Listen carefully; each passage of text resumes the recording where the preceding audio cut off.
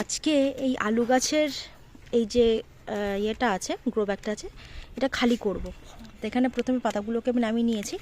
এই গাছটা এখনও হয়তো কিছুদিন হতো, কিন্তু এখানে অন্য গাছ বসানো হবে বলে এটাকে খালি করব।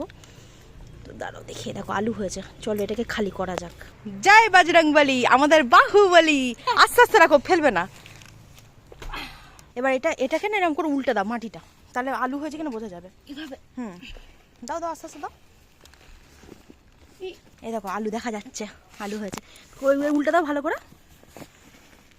আর কিছুদিন রাখলে হয়তো ও বাবা আলু হয়েছে। মিভান দেখে যাও, মিভান তাড়াতাড়ি আয়। আসলে নিচের দিকে না সম্পূর্ণ এই যে নিচে মাটিগুলো দেখছো, এগুলো কিন্তু সব সবজির খোসা যেগুলো হয় সেইগুলো, এগুলো কিন্তু সব সবজির খোসা। আমি অর্ধেকটা সবজির খোসা দিয়ে ভর্তি করে উপরে অল্প করে মাটি দিয়েছিলাম। তা আলুগুলো আগে বেছে নেই, একটা সব থেকে বড় হয়েছে, আলুগুলো আগে বেছে নেই, তারপর তোমাদেরকে দেখাচ্ছি। আর একটু রাখলে বড়। হ্যাঁ আরও রাখলে বড় হতো, একটা গাছ তো পুরোপুরি কাঁচাই ছিল।